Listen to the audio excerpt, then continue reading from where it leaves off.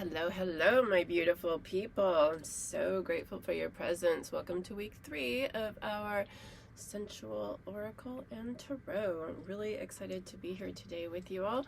And we're going to see how this recording goes. It has been pouring rain, like really pouring rain. So, yeah, I'm in California right now, and I don't know if y'all follow the news. I don't usually, but when I'm in the middle of the rain, I'm kind of living in my little shuttle bus. I have to pay a little bit more attention to the weather and such. So, anyway, it is freaking pouring. Like the whole state is pouring. So, so that can tend to make quite a bit of sound on the roof. So, there's a lull in the rain right now. We're gonna see how far we get with this, and yeah, see how this goes. So, yeah, hello everybody. It's been quite a week. Like, I headed out on the road.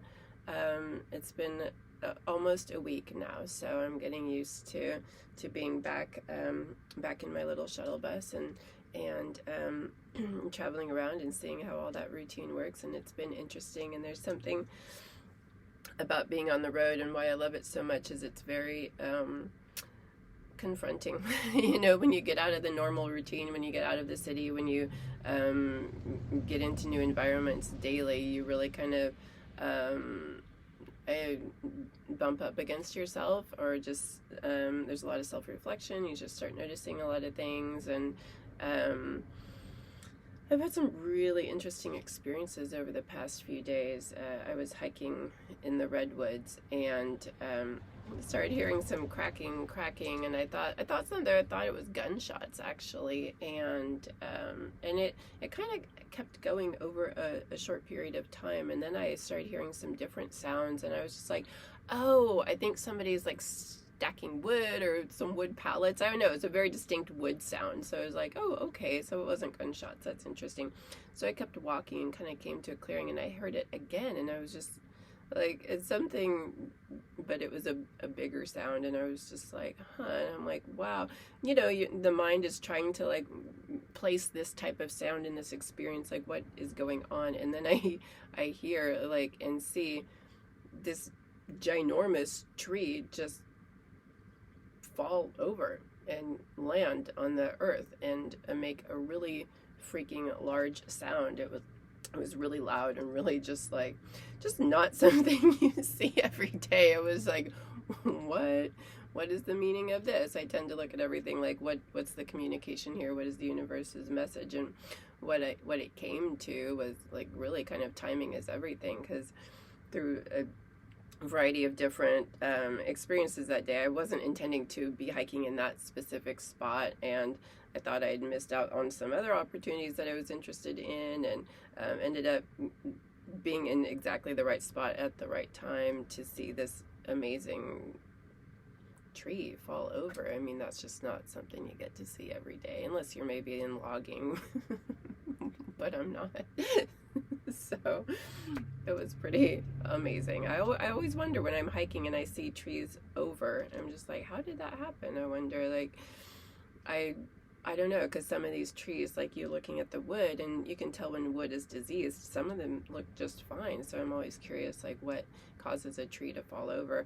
And trees die just like people die, and their time comes, and I understand that. And also, it was just really interesting experience. And then later, after I'd finished my hike and was driving, I saw a bat, and it was kind of earlier in the day, and I was like, that's strange. It was right in front of me. I was just like, when I was driving, and I was just like, oh shit.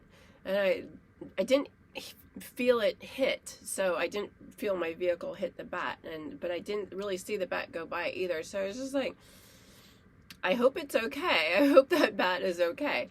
And I'm driving like 45 miles an hour, and so I kind of looked over, and I was just like, there's something on the mirror, and I was just like, holy shit, I think that's the bat. It kind of looked like a leaf was like kind of smushed up against something, but it was the bat, and I was like, oh my gosh.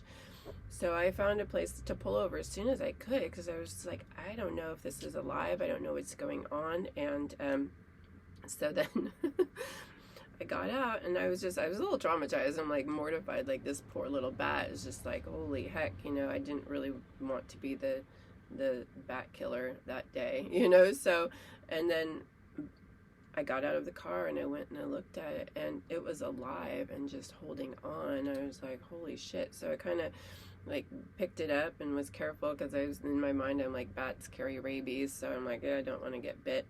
But this little thing, it was like a tiny little bat, and she just kind of like sat there all curled up, just like, ugh. And so I was like, oh my gosh, and so I was like, couldn't tell what was wrong. In my mind, I'm like, what's the best thing to do here? Do I leave her sitting? Do I like kill her to put her out of her misery? Like, these are the thoughts going through my mind. What's the best way to work with this situation? Because I'm not really normally in this type of situation. So, but just really sad at this other living being that's experiencing trauma and pain and, having a rough day, basically, like really rough day. And, so eventually I just set her down on some leaves and I was like, I'm going to leave you, little bat. I don't know what else to do. And then she just came to life and just started walking over towards me and then kind of curled up again. I was like, oh shit. So I think, I don't know, hopefully she was okay. And eventually I just left her. But I petted her for a while and just sent her lots of love and asked the earth, Mother Earth, to like please take care of her. And then I left. I was just like, what more could I do, really? So, but anyways, those two situations with the tree and then the bat, it was just like really, it brings up a lot of thoughts. It's very thought-provoking, and really it kind of came down to like timing is absolutely everything. Had I been in any of those situations either a second or a minute later, I wouldn't have had those experiences. So very, very interesting, and yes, like I said, thought-provoking. And so those are the kinds of things I've been running into out here. Just really I don't know, just very, very interesting, very interesting. And then I had a really strange dream a night or two ago that really has me reflecting and thinking a lot, and I thought it would be an interesting thing to share with you. There was more to the dream, but I'm going to kind of skip to the part that has me really reflecting. There was, how dreams are, they're very hard to explain and they're so strange and surreal and just like what. So, but there was like this whole, I'm not sure how much I need to explain for any of it to make sense. So, there was this, it ended up being, we'll get to this point, I guess we'll just jump to it. There was a bird, a really beautiful bird, a female bird, I could tell, who was kind of in this caged area. I don't know if it was a cage necessarily, but an enclosed area. And her head was like kind of resting on a thing, and there was something around her neck, like holding her to this thing. And the rest of her body was free, but she was like hatching eggs. And there was a being there. I don't know if it was another bird, but it was also kind of looked like a dog. Again, dreams are just strange. But giving her lots of licks and kisses and really appreciating this bird. And there was a person that was also like the owner of the bird who was explaining how this bird, she was kind of the, everything ran on her energy and how she produced these eggs that really supported everybody in the household. And he was very grateful to the bird and in reverence and appreciative, but the bird yet was still in captivity and held there kind of against her own will. Because I was thinking in my mind as I'm seeing this image and seeing this experience, I'm just like, that's great that you're appreciating the bird, but would the bird be there if she wasn't tied up? Would this be her choice? So it just really had me reflecting on our roles in society, and even when we get to a place where we might be revered or appreciated or feel like we've succeeded because it's an important position that we're in, that it's still a trap. We're still chained. We're still not able to be ourselves and exert our free will, even though we think, even though we're being admired, we're being appreciated, we're being celebrated and cherished, because she was cherished, but it wasn't really of her choosing. So how do we get ourselves into these roles? And I was thinking of it especially, as myself, because it was a feminine bird. So myself in my feminine roles in society, and how I show up as the sacred feminine in my feminine energies and expressions. And even when I feel like I have busted through some of the old paradigms, the old belief systems, the old limitations, the old roles of what a female or woman is supposed to look like in our society and in relationship. Even when I bust through some of those things, there's still kind of a trap to it. There's still some rules and regulations to it that I feel like how do I best explain this? Like sensuality and sexuality. There are so many layers and limitations and preconceived notions around what sexuality and sensuality looks like. So even when I feel like I'm trying to be free in it, am I really expressing myself in the fullest way? Which I recognize I'm not, because I'm still concerned about what others think of me, how I look. Am I being judged or criticized? Am I sexy? Am I considered, attractive, sensual, sexy to you, to other people? Is what I'm doing appreciated? And when I'm trying to really be myself, and I'm recognizing where there's still traps in that, where I feel like being myself, it still falls into some old paradigms, that because I'm really in this self-exploration of what is sensual, what is sexual. We've been taught what it is and what it's supposed to look like, but so much of that, even when we feel like we're being free, is not. Okay, for example, I used to think like having a really strong libido, and if I, would want to have sex many times a week, that's healthy and normal. That's great, because that's what we've been told. But that's actually not true. That's not true for everybody. That's true for the person who has that libido that wants to have sex all the time, But, and especially for women, we've been told that we need to put out, be available all the time, and men too. Like, you need to be able to have an erection all the time. You're always interested in sex. You just want to go all the time. That's the main thing that's important to you. We're fed these things, and so then if we don't adhere to those, if our energy doesn't show up like that, or just like, what's wrong with me? Something's wrong, needs to be fixed, needs to be changed. So even when we might, like for men, even if you're able to get that erection anytime you want, even if you're able to not have any issues with that, not have any challenges ejaculating whenever you want to, even if you've maybe gotten to that place, you've taken supplements, you've changed your diet, you're doing a lot of exercise, you're in a really healthy place, and now you are in that, you're able to achieve that. It's still based on what somebody has told you is healthy. So that's the trap. That's the collar that was on the bird. It's still not necessarily your free expression of sexuality or sexual energy or sensual energy. Just because you've gotten your body to perform in a way that society has deemed appropriate or desirable, it's still a trap. And then you're trapped into making sure you can maintain that exact performance, or such. So we fall into those things, and what my biggest I don't want to say challenge. It's a challenge, but it's a goal. What's the word I'm looking for? A desire, a motivating factor is to kind of get underneath all of those limitations, all of that conditioning, all of those belief systems, all of those things that we've been told is a healthy sexuality and sensuality, because it's going to be different for every single person, and we're still basing it largely on what we've been told is healthy.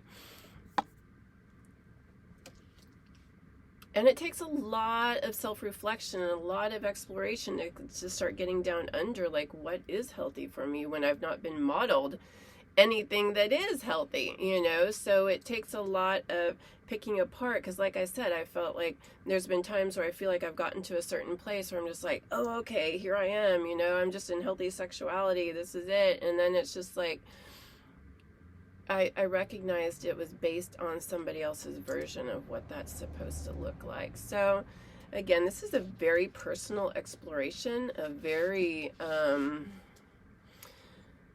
it takes a lot of self-reflection and diving deep into it. Like, what is healthy for you? What is desirable to you? How does your sexual and sensual energy show up? How do you want to express? What type of partner would be best for you, and what kind of sensual exploration do you want to have, or maybe you don't, you know, maybe, or, you know, what is true and authentic and real for you, not based on what you've been told, not based on what you've picked up from anything in society, whether that be from family, from schools, from other people that you've been around and conversations, from watching movies in Hollywood or watching porn, from advertising boards, from society in general, what we've been told sexuality is. I really want to explore that, re-examine that, break it apart, bust it open, and come back into like the truth of how it shows up for us each individually. And so that's my passion, and that's something that I've been on, a mission I've been on for a while, to really dive in and pick that apart. So I just bring that to you. So this is my first week out on the road, so like exploring death, sex. I'm such a Scorpio. If you're familiar with astrology, like I am a lot of Scorpio energy, and that's really the sign of rebirth and transformation, death, sex, and the psychology deep into digging deep into it. So hence our exploration here, and hence my always kind of diving deep and digging into these themes. And sex and death are just like, they're big, they're huge for us, they're huge parts of our experience, and really where so much beauty and richness lies. So here we are. That's been my week. So it's lovely to share that with you. And I'm curious what it brings up for you. And feel free to leave some comments down below. I did want to say, like, this channel, you can subscribe and comment and everything, but all the videos are unlisted. So when you go to the channel, you're not going to see a list of videos. I just really wanted to keep it private for all of us.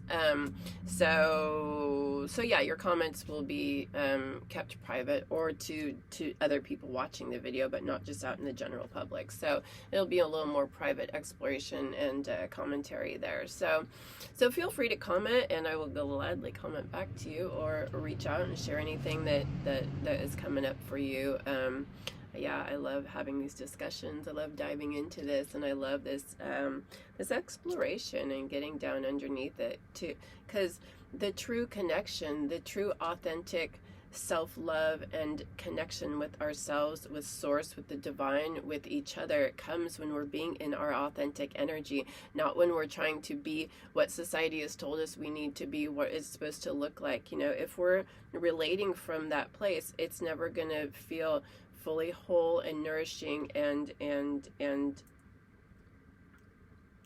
soul fulfilling. You know, it's going to be based on lies, deception, illusion, you know, falsity. So, and that's what the exploration is. That's what the spiritual path is all about, like getting down underneath all of those layers of conditioning and limitation and belief systems that we've been handed. It's getting down to our authentic selves and our energy. So that's what we're doing here, and I'm so grateful for your presence and grateful for this connection. I look forward to exploring this connection with you further if you're ready to, deep dive and take it further and just explore a more authentic way of connecting in an authentic way around our sexuality and into our sexuality and sensual energy. So with that being said, let us go to the cards and see what they have to say for us. So I'm going to again light our gorgeous Palo Santo.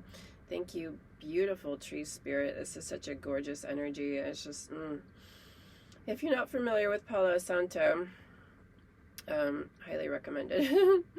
Oops, losing our lighter there. Beautiful, beautiful. So grounding, so gorgeous, so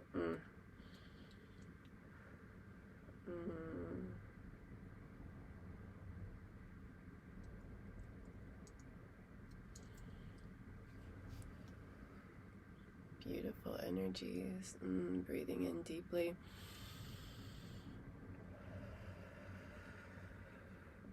Thank you, thank you. Thank you, beautiful Palo Santo. Okay, and last time I made a little bit of a mark on my sink here, so there we go. Okay. All right. Thank you, beautiful cards. Woo, still staying dry outside. That's so nice, so lovely. Let's take a few minutes to just ground down, feel our energy moving down into the earth. Take a couple of deep breaths. And exhale, releasing any sort of tension, stress from the day, anything that's ready to go, just releasing that out. Taking another deep breath. Oh. Breathing out all that's ready to go. So nice. Feeling our feet on the ground, connected to the earth. Beautiful energies, nourishing us, supporting us. Our beautiful, beautiful sacred feminine Mother Earth. Such a huge support for us. So beautiful. Our gorgeous home.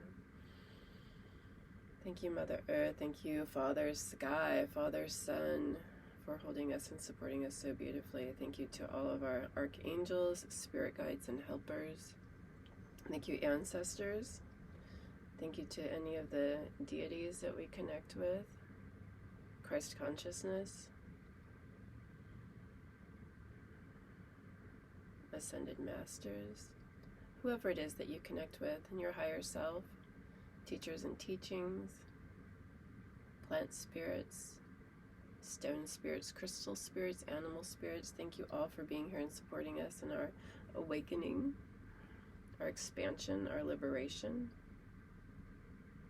Liberation from all that's binding us and keeping us from knowing true, authentic love for ourselves, for each other, for the divine. Beautiful. Strong in our sensual energy, strong in our sacred feminine, sacred masculine energy. So let us go to the cards today, and we will see if they have any wisdom for us to support our being in our authentic energy and continuing that exploration and clearing and releasing that which does not serve. It's really it's all about that. So thank you, beautiful cards. Anything to support us in our process, anything to support us through the week. There's really powerful solar flares hitting the earth today. I don't know if y'all know or follow. Again, here's the astrology, but actually this is not necessarily astrology. This is the sun. A huge hole opened up in the sun, a coronal hole, and there's been these massive solar flares and energy coming towards the earth from this giant hole in the sun. Look it up. You can look on NASA or other things to see, other sites to see images of this and learn more. It's fascinating, just and kind of mind-blowing. A hole in the sun. So that affects us. So if you're feeling that and just kind of like either wiped out or super amped, yeah, that. So another reason why it's so amazing to follow the astrology and learn what's going on in our solar system, because it deeply affects us and our energies. So thank you, beautiful cards, for supporting us in our process.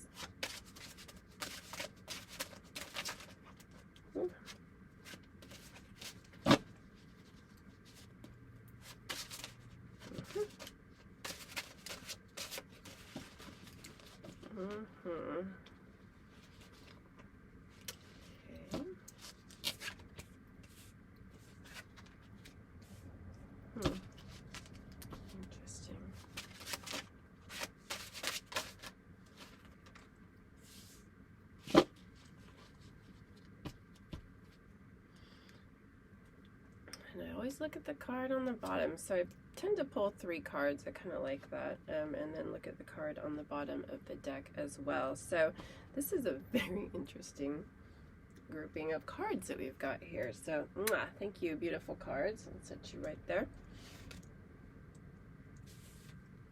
We have the Justice card here. Again, this is the darker deck, so a little hard to see the images here. And my lighting is dark in here, I know that, so that's life in a shuttle bus. Justice. That's an interesting, given what we're talking about in kind of coming back into ourselves and moving through the layers and such. So there's kind of a rebalancing of the scales. She's got the scales of justice here, and she's got her sword, which is again about the mind and clarity, and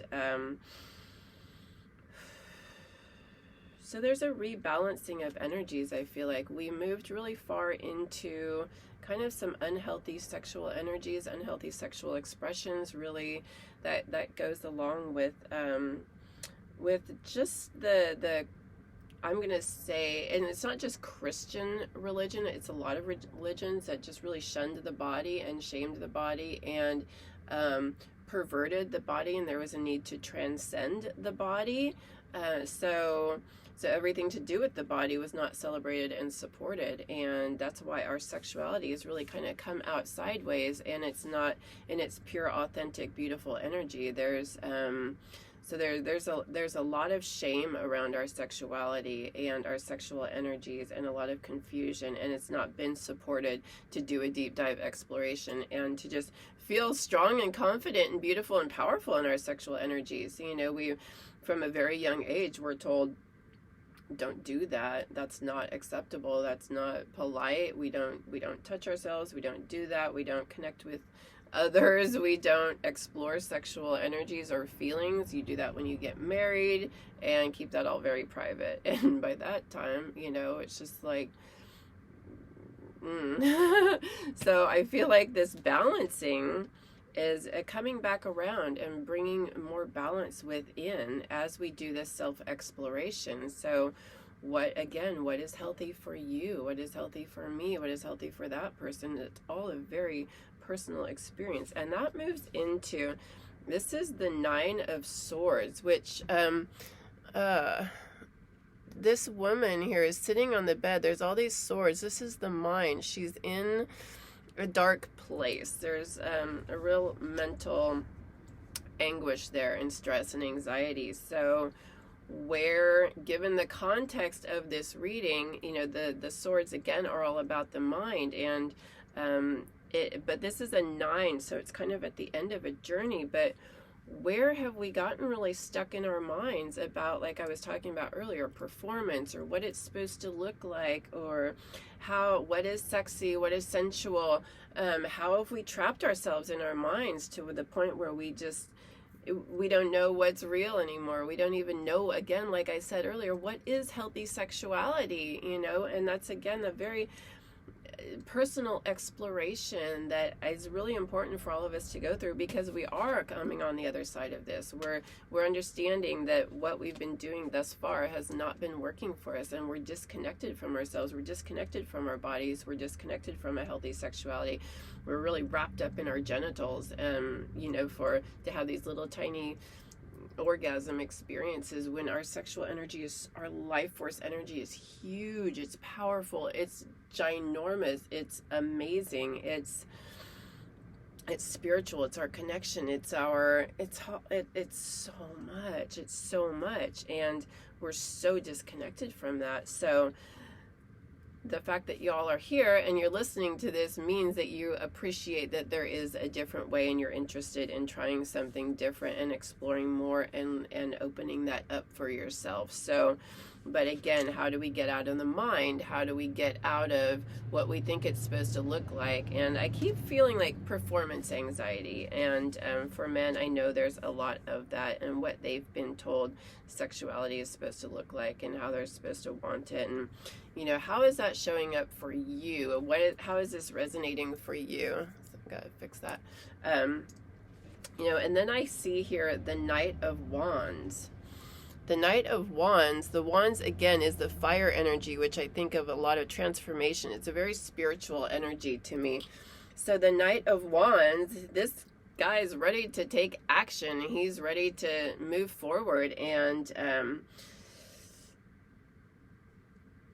transformation. So again, we're kind of like moving out of this mental situation and ready to take some action on this, ready to for some transformation, ready to do the make the effort, do the self-exploration, do the self-discovery, ask those tough questions, you know, do a lot of self-reflection, dive in there.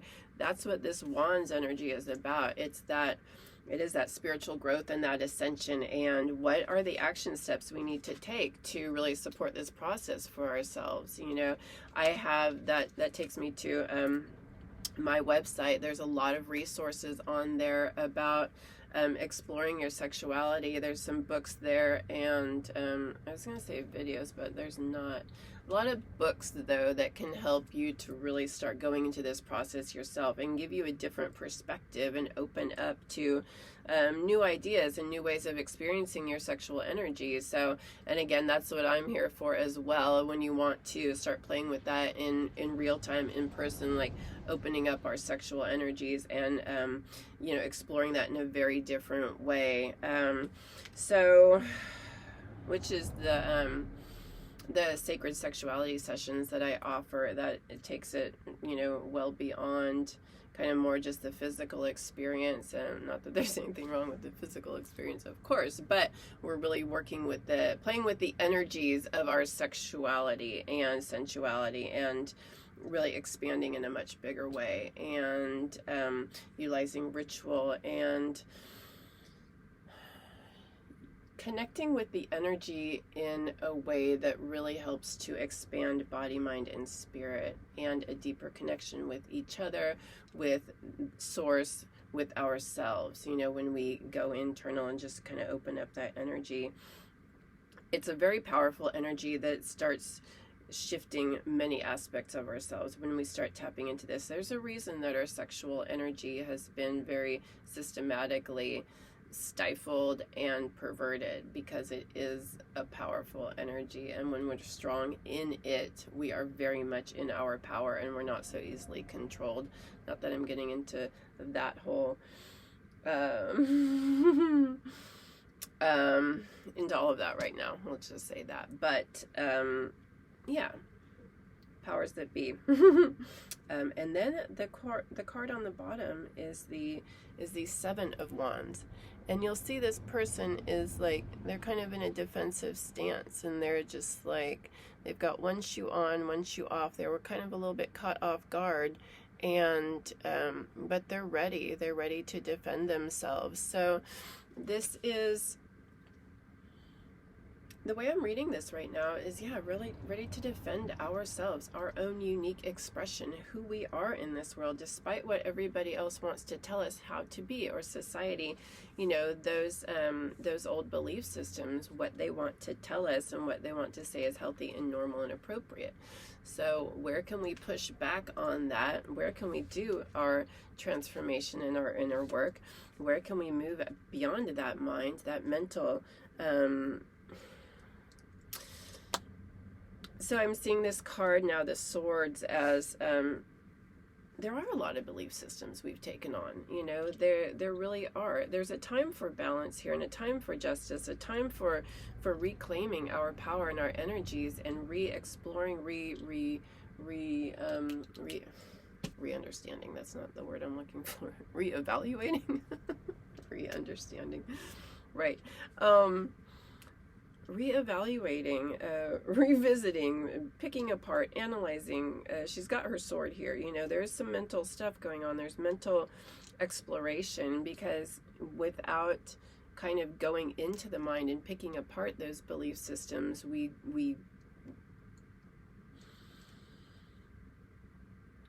don't know, without questioning them, we just take them at face value and without picking them apart. And it's hard to move past that. So we need to, it's a real, again, that deep exploration. So but this is, the swords here is running up against all of those belief systems, but taking the action, doing that spiritual work, going internal, and really exploring, what is my sexuality? What does that mean to me?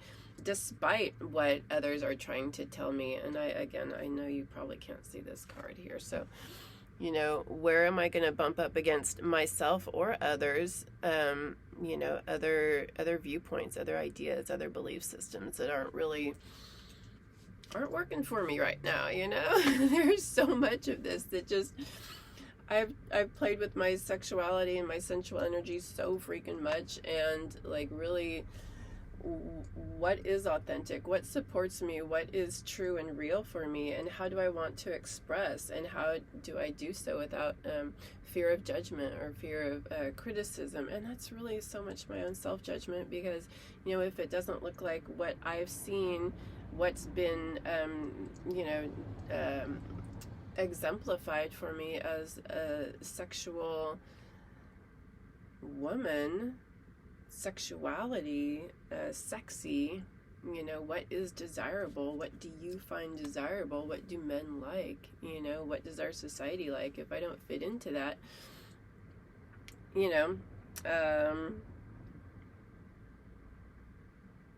I can shame myself. I can judge myself and criticize myself and question myself. Am I worthy? Am I desirable?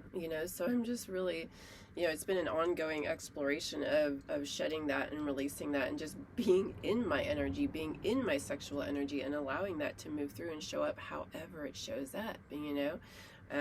Without labels. Even we don't even need to label this, but our sexuality and our sensual energy is so much bigger than what we've been taught and led to believe. It's been really, we've given a very small understanding of it, and a small boxes for it to fit in. So let's bust those open. Let's be this Knight of Wands, and just like really charge in on our horse, and just like, let's bust through all this. Let's have a different way. Let's experience our sexuality in a whole different way. And break free from those golden chains. I've heard that term where people, and I think of men with this, getting to that position that you wanted to get to, that you aspired to. And we all do this. We've all been taught like what the ladder, what we're supposed to climb, the rungs that we're supposed to climb to get to the top. It's happened for me many times where I've achieved something that I was told was desirable, like getting the master's degree, and then it's just like, and now what? Now do I go on? I was going on to get my PhD, and I realized like it was me really trying to, one more thing. Oh, when this happens, then I will be happy. Then I will be okay. Then I will fit in. Then I will be desirable. Then I will have succeeded. Once I get that PhD, then I'll really have made it. And it was not heart-based. It was like moving. I love school and I love learning and I love that experience, but I recognized that once I had the master's, which was a goal for quite a while, once that happened, immediately within a week, I was looking at PhD programs. Like, where do I go next? What's the next thing? What's the next thing? That will make me feel better. It's just like, no. And I really had to come into myself and like, wow, you're just doing one more thing to help you feel whole and like you have made it to be a success in this society. And so many of us do that, when we get to that position, when we get to that, when we own that specific house, when we get that car, then we're going to feel okay. Then we will feel like we have achieved based on what society has told us is the thing. And if we don't get there, then we're not worthy. We're not good enough. We aren't doing our life right. There's so much judgment and criticism, not only from others, but for ourselves, because we've taken it in so deeply. We have really embodied these belief systems. So,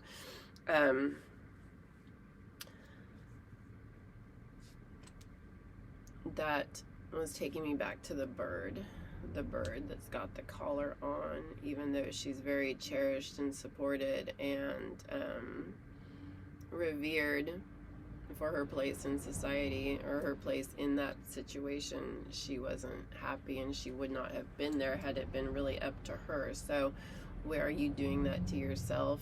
Where have you gotten yourself trapped into a certain way of being because you were told it was desirable, yet it really stifles you? It sucks the soul energy out. It crushes your soul and your life force energy, that beautiful sexual life force energy. You know, there's so many ways that we have gotten ourselves into positions that really just don't support and serve us. So that dream was huge for me, and I'm really picking it apart and really looking at where do I feel like I've succeeded and gotten myself into a good place, and yet it's actually a trap. So and I feel like I have to behave or do a certain thing to get those accolades or to be appreciated. And so, yeah. So anyways, I thought that was a great thing to bring to our discussion today. So I imagine there's something in there for y'all.